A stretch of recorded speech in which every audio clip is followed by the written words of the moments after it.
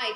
அனிதா வந்து பார்த்தீங்கன்னா, ரொம்ப கோபக்காரி. எல்லா விஷயத்துக்குமே ரியாக்ட் பண்ணிட்டே இருக்கும். இதனால வந்து பார்த்தீங்க அப்டின்னா, நமக்கு ரொம்ப மென்டலி டார்ச்சரா இருக்கும். இது கூட நம்ம லைஃப் லாங் ட்ராவல் பண்ணவே முடியாது அப்டின்னு சொல்லிட்டு வந்து பார்த்தீங்க அப்டின்னா, விட்டுட்டு போனவங்க நெறைய பேர் இருக்காங்க.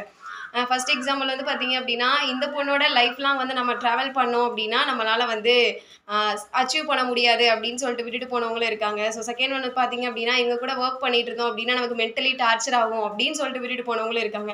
ஆனா இந்த விஷயம் எல்லாத்தையுமே தாண்டி, இந்த பொண்ணு ஏன் ரியாக்ட் பண்றாங்க? என்ன விஷயத்துக்காக வந்து பார்த்தீங்க அப்டின்னா, இவங்க ஏங்கிட்டு இருக்காங்க அப்டிங்கிற எல்லா விஷயத்தையுமே அனலைஸ் பண்ணி, ஒரு பெர்சன் நான் சப்போர்ட் பண்றேன் அப்டின்னு வந்தா எவ்ளோ நல்லா இருக்கும்ல.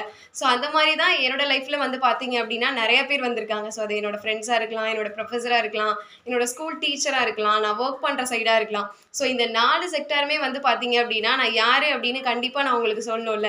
ஏன்னா நமக்கு விட்டுட்டு போனவங்கள தாண்டி நம்மள வந்து ஜெயிக்க வச்சவங்க தான் பார்த்தீங்க அப்டின்னா, நமக்கு வந்து மிகப்பெரிய வந்து ஒரு பேக் போன். ஸோ அந்த 4 பேருமே நான் ஒரு ஸ்டேஜ்ல வந்து காமிப்பேன். ஸோ அந்த ஸ்டேஜ் வந்து பார்த்தீங்க அப்டின்னா, ரொம்ப நாளெல்லாம் இல்ல. இன்னும் 1 மந்த் தான் இருக்கு. ஸோ கண்டிப்பா அ இந்த ஃப்ரெண்ட்ஸு, ப்ரொஃபசர்ஸ் எல்லாருக்குமே வந்து பார்த்தீங்கன்னா, அந்த ஸ்டேஜ் நான் குடுக்கணும் அப்டின்னு ஆசைப்படுறேன். ஸோ இந்த இடத்துல நான் உங்களுக்கு தேங்க் யூ மட்டும் சொல்றேன்.